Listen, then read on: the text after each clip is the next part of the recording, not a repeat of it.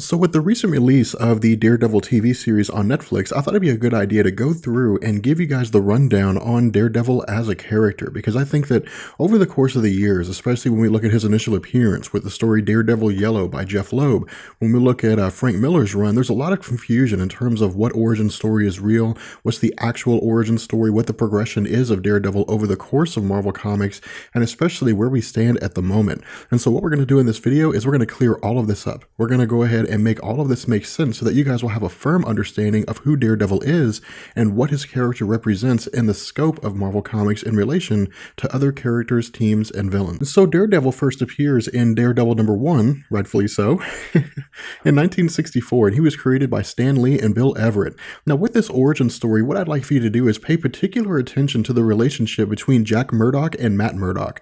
And the reason why is because once we get into Frank Miller, we'll find that this relationship between the two will be drastically changed. And so Jack Murdock will take on a totally different tone than the character that we'll currently see in this in the initial introduction of Daredevil. Now, with this origin story, what we do is we pick up while Jack Murdock and Matt Murdock are talking. And what this does is it serves the purpose of showing us the relationship between the two. That Jack Murdock had never really seen himself as somebody that had achieved his full potential. And so as a result, he had always impressed this upon Matt Murdock, that if Matt Murdock is going to do anything, he should always study. He should always focus. He should always make sure that he's doing the best he can to give himself the best possible, opportunities in life. And so what happens is we follow Matt Murdock over the course of his life at the moment. That is to say, of course, he has friends that he hangs out with. He gets into the normal kind of things you would see a teenager get into.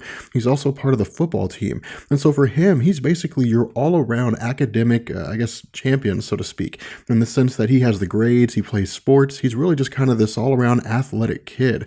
In addition, he also takes time to make sure that he exercises appropriately and so on and so forth. Again, this is just kind of a reflection to give us an idea of the character as he existed in the 1960s.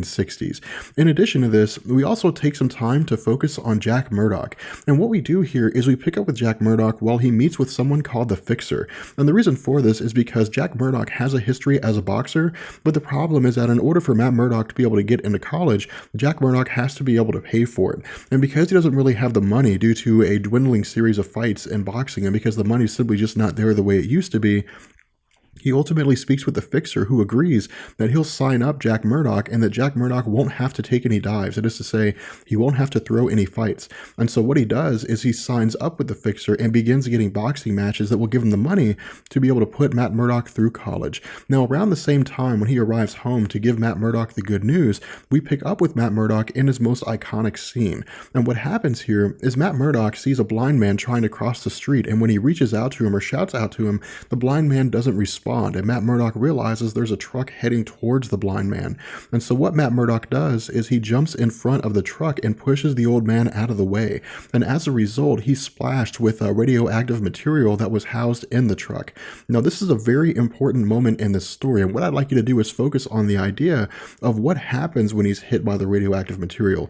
We don't actually see that happening. All we see is that he collides with the old man. Presumably, he's hit by the truck, and then his body's actually hidden behind a vehicle. And so what we'll find again in later stories, Daredevil Yellow and Frank Miller's Daredevil, is we'll see an expansion on this. We'll actually get into what happened, and we'll see different interpretations of in terms of what happened with the radioactive material and how it impacted Daredevil. But the fact remains that Matt Murdock, who of course is recovering from his blindness, also relies heavily on his father, not in the sense of his need in order to do basic things, but in the sense that he relies on the moral support of his father.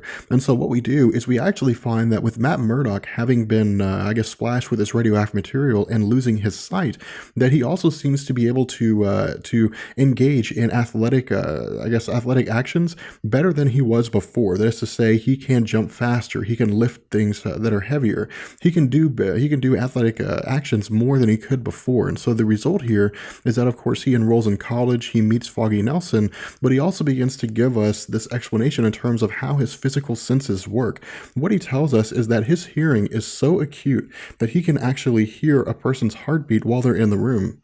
What he also says is that once he picks up a scent, that he can never forget it. He'll remember it for as long as he's alive. What he also says is that given the kind of sense of touch that he has, the enhanced sense of touch, he could pick up a gun and know how many bullets are actually in that gun. And he says that with his sense of taste, that he can basically taste a pretzel and know how many pieces of salt are on that pretzel. This is the kind of level that his senses have been elevated to.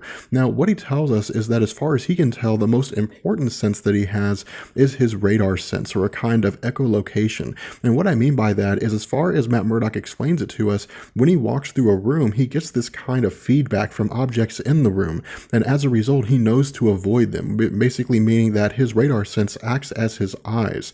And so again, what we do here is we pick up with Jack Murdock, and Jack Murdock, of course, is being offered another fight that he can take place in. And for him, while he's being paid for the previous fight, he expresses to the fixer that it's kind of a miracle that everything seems to be working out. But what we learn is that all the victories that Jack Murdock has had up to this point have been fixed. That rather than him having to take a dive, everybody else has had to take a dive. And so what we do is we pick up with Foggy Nelson and Matt Murdock when Foggy Nelson tells Matt Murdock that his father is going to be fighting the number 2 contender. And so Foggy Nelson has gotten tickets for the both of them, and that they're going to go about and, I guess, watch his father fight in this match. And so what happens is we pick up with the actual boxing match itself. And what we learn is that Jack Murdock was told by the fixer that it was his time to take a fall, but that he didn't want to because his sons were in the audience, and he didn't want, or I guess his son was in the audience, and he didn't want to actually lose the fight in front of his son. Really more of a pride thing. And so when he's told to take a dive by the fixer, by the mob boss, he chooses not to, and he actually wins the match. And so as a result, as we all know, Jack Murdock is shot by a unnamed individual who presumably works for the mob. And so in response to this, while Matt Murdock initially takes the death of his father extremely hard, he also uses it as a kind of motivation. He, of course, graduates from college in the top of his class. He also goes on to form Nelson and Murdock Attorneys at Law, of course, which introduces us to the element of Karen Page into the Daredevil comics. Now, one of the things he also does is he takes his father's boxing uniform and he remodels it, he redesigns it, and gives himself his signature costume of the Daredevil, or at least at that point in time, it was a signature costume of Daredevil. And so what I'd like you to do is take note of this Daredevil costume, because what we'll find is that after this initial origin story in issue number 1, that we'll actually move on to see that the Daredevil costume will change to his current iconic Daredevil costume of the red costume with the double D and, of course, the horns on the head. But what he also does is he takes his cane and he actually adjusts it, makes it kind of a hinge of sorts to where he can turn it into a weapon if he needed to. And so what he does is he sets about trying to track down the mob boss that had his father killed. Now, ultimately, he's successful in finding the mob boss, he's successful in questioning him, and as the mob boss and his henchmen, along with Daredevil, begin to fight, Daredevil, of course, chases them down as they try to run away, and ultimately, the mob boss actually has a heart attack and dies before Daredevil can bring him to justice. And so at that point, it becomes, a measure of tracking down the man who had killed his father, the one that had pulled the trigger for the mob boss, which, of course, he's successful in doing, and the man's brought to justice.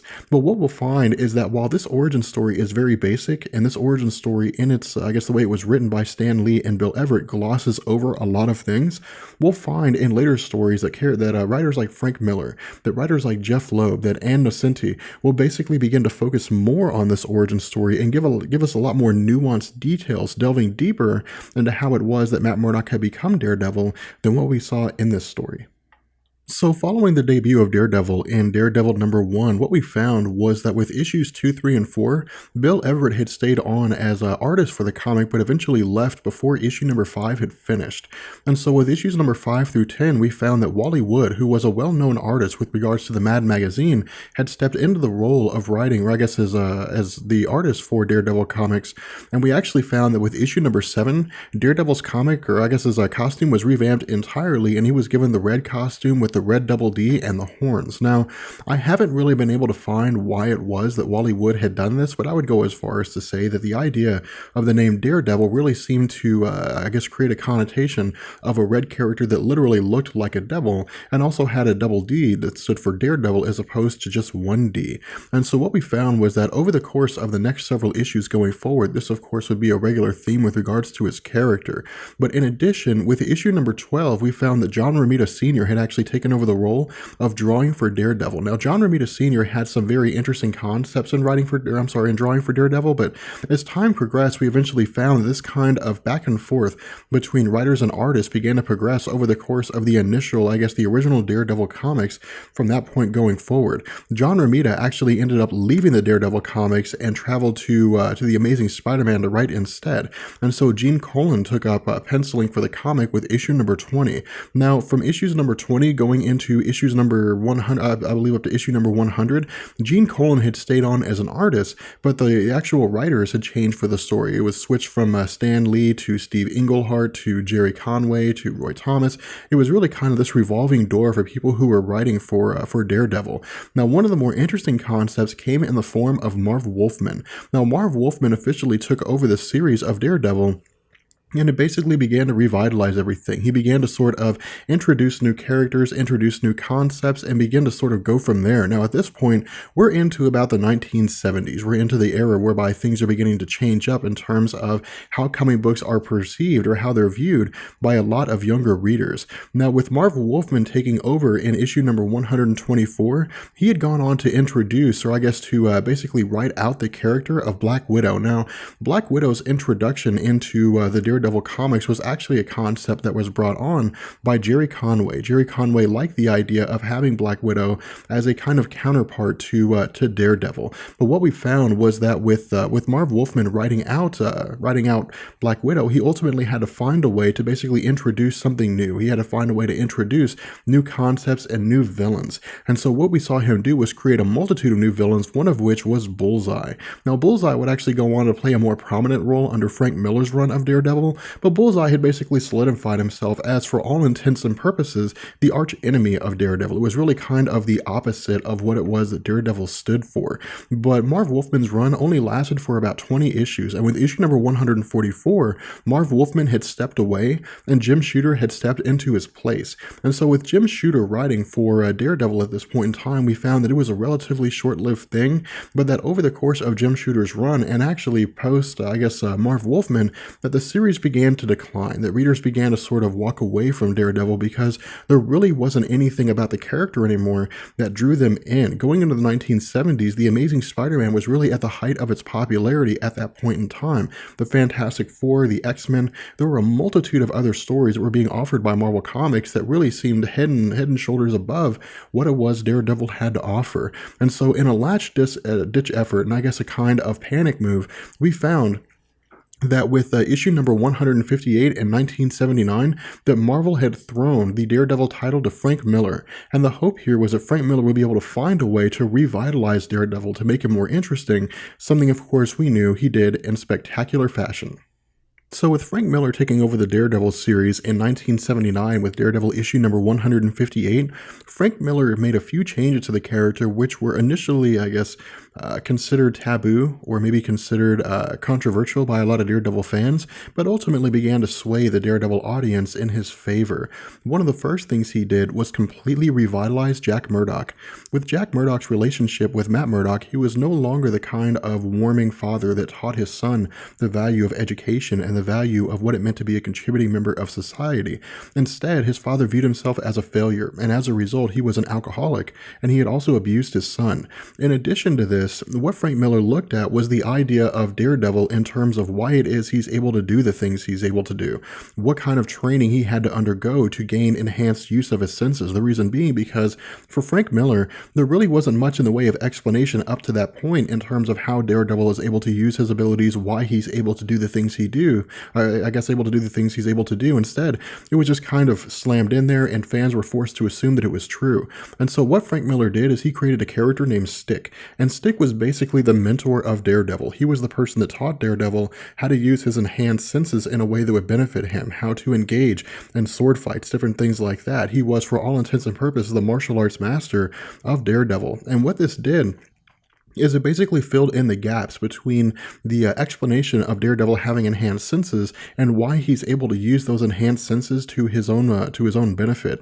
In addition to this, what Frank Miller also wanted to do is he wanted to create a villain, or I guess to introduce a villain to Daredevil that wouldn't be a villain of the week. It wouldn't be a character who would show up and then he would disappear for 5 or 6 or 7 issues, never to be seen or heard from again, and then suddenly pop up. He wanted to have a mainstay villain, someone that would be the arch nemesis of Daredevil for the long haul. And so what he did is he introduced the Kingpin. Now, the Kingpin, of course, as we knew, was a Spider-Man villain, but with the Kingpin more or less being forced out of Spider-Man with Amazing Spider-Man issue number 197, I think, this was basically a story whereby the Kingpin was forced to choose between his life of crime or his wife. And so when the Kingpin chose his wife, he ultimately left the Spider-Man comics and left the villainy of Spider-Man behind. But what this also did is it gave Frank Miller the opportunity to bring in the Kingpin to Daredevil comics, which he did.